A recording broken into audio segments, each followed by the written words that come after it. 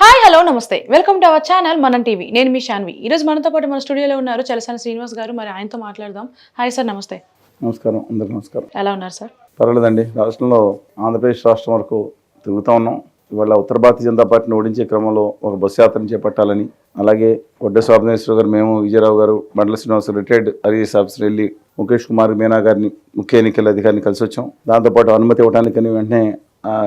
ఈమెయిల్స్లో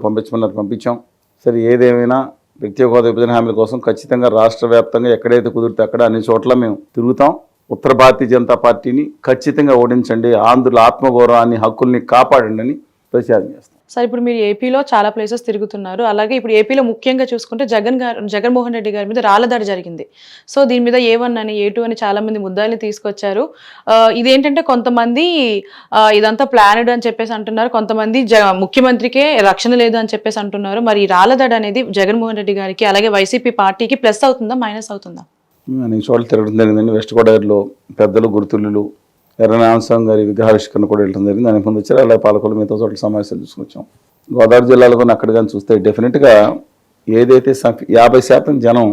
because of previous experience ఆ రాళ్ల దాడి నిజంగా జరిగిందా లేకపోతే చేయించారని నమ్మట్లేదండి అవును ఎందుకంటే అలా అయిపోయింది నిజంగా జరిగి ఉండొచ్చు నేను దాంట్లో మన ఎవరు నిర్ణయించడానికి మీ జర్నలిస్టులే కదా అన్ని నిర్ణయించేస్తారు కానీ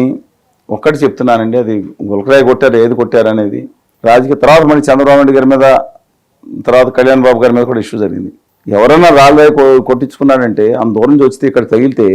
చిట్లిపోతే అది కణత అయితే ఇదే పోతుంది ప్రాణం పోతుంది ఎవరైనా తీసుకోరు అప్పుడు మల్లెల బాబుజీ కొంతమంది చెప్తాను మనం ఉండగా అక్కడ అడుగుతాను మల్లెల బాబుజీకి ఉన్నప్పుడు ఇక్కడ కోసారు ఎన్టీఆర్ గారిని లేదా కోడికత్తి కోయించారు ఇదంతా అని మాట్లాడుతూ ఉన్నారు దాంట్లో ప్రాణాలు పోయే పరిస్థితి ఉంటుందో లేదో తర్వాత సంగతి అక్కడ జరిగిన గాయాలు బట్టి డెఫినెట్గా ఇది మాత్రం జరిగితే ఒక మానవీయ కోణంతో మనం ఆలోచించాలండి ఇప్పుడు ఏదో పక్కన విసిరాయి వేయటం కాకుండా ఇక్కడ తగిలితే కన్నత దెబ్బతింటే మనిషి బతకడం లేదా కన్ను పోతుంది ఎవరికి అందువల్ల మొట్టమొదటిగా దాన్ని ఖండిద్దాం నిర్ద్వందంగా ఖండించాలి దాన్ని నిష్పక్షపాతంగా ఖండించాలి మిగతా చోట్ల ఎక్కడ ఎవరి మీద జరిగినా కూడా అన్ని చోట్ల ఖండించడం అనేది అవసరం కూడా ప్రజాస్వామ్య వ్యవస్థలో ఒక పార్టీల మీద ఇంకో పని చూసే తెలుగుదేశం పార్టీ మీద రాళ్ళ దాడికి మిగతా ఏదో చేసి దాడులు పాల్పడ్డారు రాళ్ళ దాడి కాకపోయినా చంద్రబాబు నాయుడు గారి మీద ఇంతకుముందు చెప్పులు దాడి జరిగినప్పుడు ఇక్కడ 3-4 మంత్రులు కలిసి ఏం మాట్లాడారు ఎందుకు వేస్తారు రాళ్ళు మీరు వేయించుకున్నారా లేదంటే రాళ్ళు ఎందుకు వేస్తే ప్రజల కోపం వస్తే వేస్తారన్నారు మళ్ళీ ఇప్పుడు ఈమె పడిందంటే సేమ్ అదే సిగ్నల్ కదా ఎవరి మీద జరిగినా ఖండించి నేర్చుకోండి పార్టీలకు అతీతంగా ప్రజాస్వామ్య భావన పెంచుకోండి ఇవాళ ఆనంద మాటలన్నీ వీళ్ళ వీడియోలు వస్తున్నాయి మంత్రులు పెద్ద నాయకులు అంబటి రాంబాబు గారు ఏమన్నారు పేరు నాని గారు ఏమన్నారు కొడాల నాని గారు ఏమన్నారు మన ఇంకా 3-4 జోగి రమేష్ గారు ఏమన్నారు పెద్దలు వీళ్ళన్నీ ఇంకో చాలా మంది పెద్దలు మాట్లాడుతున్నారు వాళ్ళందరూ ఏమన్నారు రాళ్ళు పడుతున్నాయంటే మీ హీనత వచ్చిందని మరి ఇదే అనుకోవాలా అందువల్ల అలా అనుకోకూడదు ఎవరు జరిగిన నిర్ద్వందంగా దాన్ని ఖండించాలి ఒకవేళ వాళ్ళు ఎలాంటి రాళ్ళదాళ్ళు వెనకాల ఎవరున్నా ఖచ్చితంగా ఖండించాలి ఎందుకంటే భౌతిక దాడులు హేయం వాళ్ళేదో అడ్డం పెట్టుకుని కొంతమంది నాయకుల మీదకి వెళ్ళి లేదా స్వతంత్ర వ్యక్తిత్వం వాళ్ళ మీదకి వెళ్ళి చేద్దాం అనుకునే దిక్కుమాల నీచమైన వ్యవస్థని ప్రోత్సహించొద్దు చెప్పులు ఇసట్టం ఇవన్నీ ఒక గొప్పగా హీరోయిజంగా భావిస్తున్నారా దాని గురించి చప్పట్లు కొట్టి మనకు నచ్చనాడి మీద చెప్పులు ఇస్తే చప్పట్లు కొట్టుకుని పైకి తీసుకెళ్తాం అదే గొప్పతనం మన నచ్చనాడి మీద బూతులు మాట్లాడితే అదే హీరో వర్షిప్ వ్యవస్థలను గౌరవించండి ప్రజాస్వామ్య వ్యవస్థను గౌరవించండి మనవాడు ఉన్నాడు కదా ఆ పొజిషన్లో ఇవ్వాలా అని ఖండించి వేరే ఉన్నప్పుడు బ్రహ్మాండంగా జరిగింది అనుకుంటే ఇదే జరుగుతుంది కేజ్రీవాల్ గారిని హింసలు పెడతా చేశారు బిజినెస్ సాధించాడు ఆయన ఎవరైనా సరే అందువల్ల జగన్మోహన్ రెడ్డి గారి మీద చంద్రబాబు గారు కళ్యాణ్ బాబు గారి మీద వీళ్ళందరి మీద రాజకీయ నాయకులు అది స్వతంత్ర వ్యక్తుల మీద కూడా జరిగిన సంఘటనలు ఇంకా నికృష్టులు చేస్తారు అది దయచేసి దాన్ని ఖండిద్దాం సరే ఇప్పుడు రాళ్ళదాడి అనేది చంద్రబాబు నాయుడు గారి మీద జరిగింది పవన్ కళ్యాణ్ గారి మీద జరిగింది కానీ ఎందుకు ఇప్పుడు ఇంత ఇష్యూ చేస్తున్నారు అంటే వాళ్ళే కావాలని చేయించుకున్నారు అలాగే నిందితులు ఎవరైతే చూపిస్తున్నారో సతీష్ అని లేదంటే దుర్గారావు అని వాళ్ళకి డబ్బులు ఇచ్చి బెదిరించి ఇట్లా మాట్లాడిస్తున్నారు అంటున్నారు అది నిజమేనా నేను దాన్ని న్యాయ విచారణ సంస్థ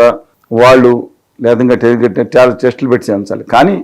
నేను ఒకటే చెప్పాను ఆందోళన చేసిరారు ఎంతోరణ చేసిరని ఇక్కడ ఆందోళన చేసినప్పుడు ఇక్కడ మనిషి చనిపోయే పరిస్థితికి ఎవరు తెచ్చుకోరు చేత్తో ఇలా గీయటమో లేదా ఆ చేయి లేపి ఇలా పక్కన గీస్తే వెంటనే పక్కన మెల్ల వచ్చి చిరగా చింపేసి కట్టేయటమో అవి కాదండి డెఫినెట్గా అందువల్ల ఇలాంటి రేపొద్దున ఇంకొకటి జరిగితే మనం ఒకళ్ళని ఖండించకపోతే రేపొద్దున ఖచ్చితంగా దీని మీద చర్యలు తీసుకోవాలి ఇంతకుముందు చంద్రబాబు నాయుడు గారి మీద జరిగినప్పుడు వీళ్ళేం మాట్లాడారు గమనించండి ఇప్పుడు ఆయన మీద జరిగినప్పుడు వాళ్ళు అది మాట్లాడుతున్నారు రాజకీయాలు మనం ఏం చేయాలి నిష్పక్షపాతంగా ఉన్న వాళ్ళం ఇలాంటి దుర్మార్గమైన చర్యలు బతుకుదారులు హేయమని నీచమని అంటున్నాను నేను ఎవరు చేసినా ఖచ్చితంగా శిక్షించాలి వెరీ క్లియర్ అండి సార్ ఇప్పుడు జగన్మోహన్ రెడ్డి గారు అధికారంలో లేని టైంలో కోడికత్తి గారి ఇష్యూని తీసుకోండి, లేదంటే వివేకానంద గారి ఇష్యూని తీసుకోండి, ఈ ఇష్యూకి ఏమన్నారంటే అధికారంలో ఎవరైతే ఉన్నారో వాళ్ళదే బాధ్యత అన్నారు. మరి ఇప్పుడు ఈ రాళ్ళదాడి జరిగింది కదా, ఎవరిది బాధ్యత అంటారు? ఒకటి చెప్తానండి, రాయలసీమలో చాలా ఇప్పుడు ఎమ్మెల్యే కింద ఉన్న ఒక ఆయన చెప్పారు, యువనాయకుడిగా ఉండేవాడు అప్పుడు, ఫ్యాక్షన్ దాంట్లో వెళ్ళిపోయాం, పులి ఎక్కేసాం, ఇప్పుడు దిగిపోతే పులి తినేస్తున్నాను అన్నాడు ఆయన. అన్నాడు అవతల వాడు దాడి చేసేవాడు, మమ్మల్ని హిట్ చేసేవాడు, అతనికి 24 గంటలు ఏదో ఒక నిమిషం ఛాన్సెస్ సరిపోతుంది. 24 గంటలు 1 నిమిషం ఛాన్స్, మాకు 24 గంటలు ప్రతి నిమిషం అలర్ట్గా ఉండాలి. ఎంత తేడా ఉందండి. అందువలన నేను నేను అన్నండి, అధికారంలో ఉన్న వాళ్ళు తగు జాగ్రత్తలు తీసుకోవాలి. ప్రతిపక్షాల వాళ్ళు అధికారం మీద వేయడానికి ప్రయత్నిస్తారు, అధికార పక్షమే ప్రతిపక్షాల మీద వేయడానికి ప్రయత్నిస్తే ఈ దౌర్భాగ్యపు రోజుల్లో, అలాగే ఎవరైతే వాళ్ళ మాట మార్చుకుని మళ్ళీ ఇంకోటి మాట మార్చేసి వాళ్ళ నాయకుడిని అమ్మాలి బూతులు తిట్టి, వాళ్ళ కుటుంబ సభ్యులు తిట్టి, మళ్ళీ మాట మార్చేసి ఆ నాయకుడు ఈ నాయకుడిని పొగుతూ అవతల నాయకుడిని తిట్టే వాళ్ళకి సీట్లు ఇచ్చి నెత్తి మీద పెట్టుకుని తలంబరాలు పోసి వాళ్ళ కాళ్ళకి పాలు పోసి పాలు తాగే జనాలు ఉన్న రోజుల్లో, గొడ్లు ఉన్న రోజుల్లో ఇంకేం చెప్పగలుగుతాం. అందువల్ల నేను ఒకటే చెప్తున్నాను, మీరు ఎన్నిసార్లు చెప్పిన ఇది తప్పనిసరి ఖండిద్దాం. కానీ ఎన్నికల అడ్వాంటేజ్ అంటా ఉన్నారు మీరు, దాంట్లో సింపతి వర్కౌట్ చేస్తుంది. ఎంత పర్సంటేజ్ అనేది డిఫరెంట్ అండి. ఇప్పుడు ప్రశాంత్ కిషోర్ అయినా దిక్కుమాలిన నేను అనలేదండి, చాలా మంది అన్నారు నోటోరియస్ వాడు క్రిమినల్ అని చెప్పి చంద్రబాబు నాయుడు గారు అన్నారు.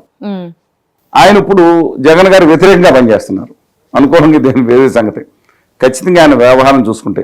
ఆయన ప్రవేశపెట్టిన దిక్కుమాల సంస్కృతి అంటాను. ఇంతకుముందు 34 సంవత్సరాల క్రితం కూడా ప్రవేశపెట్టారు తెలుగునాట.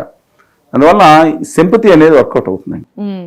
ఎంతవరకు అనేది ఆలోచించాలి. కానీ దాని నెగిటివిటీ కూడా అంతే ఉంది, ఎక్కువ మంది జనం నమ్మే పరిస్థితి కూడా లేదు, నిజంగా జరిగిన నమ్మే పరిస్థితి లేదు. రాజకీయాలను వీళ్ళే అలా తయారు చేసుకున్నారు, ఈ రాకినాలే. అందువల్ల ఎంతో కొంత సింపతి అనేది అడ్వాంటేజ్